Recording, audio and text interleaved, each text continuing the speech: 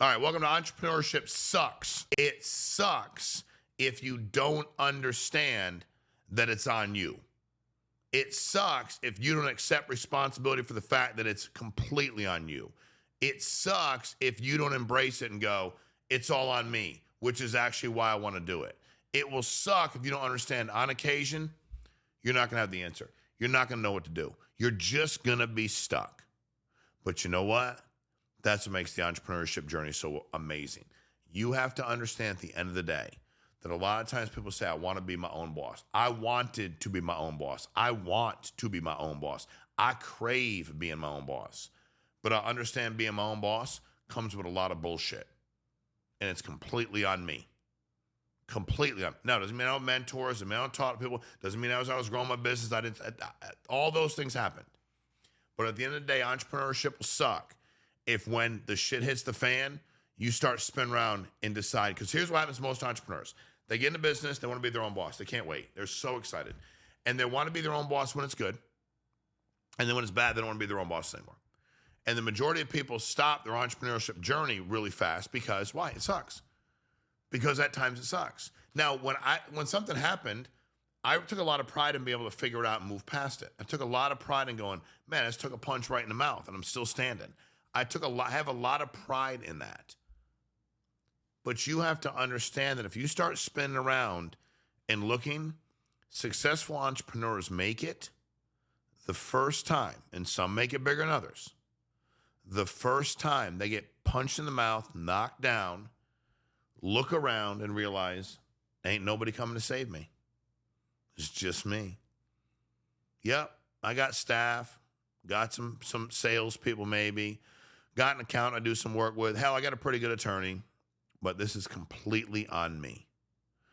And if you ask to be your own boss, because early in your entrepreneurial journey, there will be times you wish you weren't your own boss. I promise you. But what's the alternative? You have to decide, can you do it? To me, I'm 30 years in as an entrepreneur. I wouldn't have it literally. It still makes me smile. I wouldn't have it any other way. I like waking up knowing it's on me. I like going to bed knowing it's on me. That is the juice for me. The journey is the juice. That excites me. Is it hard? Yes. Does it suck? Yes. Is it a ton of fun? Yes. It's a lot of fun. But it will suck if when it is hard, if you don't just decide, you know what? This is what being a businessman or businesswoman is. When you have children, and I'm not going to preach to everybody. I've raised kids, and I think I've been as good at it as I can be. I've never been perfect, but I feel real good about the children I've raised. Early on, when I finally accepted, like, you leave the hospital, baby's yours, then they go to school, then you got to deal with, like, this happened over here. What do you do with this one? This one wants to go to school here. What do you do? How do you confront this one? This one's getting older. This one wants to drive. This one wants to get a phone. This one's like, you realize, you know what? It's on me. I am the parent. I am the parent. And when you start saying, I am the entrepreneur, it is me. It is my job to do this. It is my obligation to serve. Oh my God. Everything changes. But you have to embrace that part of it. And by the way, if you don't want to, stop saying you want to be in business for yourself. You have to stop saying that. You do. Because at the end of the day, it is on you. And that's what you asked for. I don't like my job. Okay.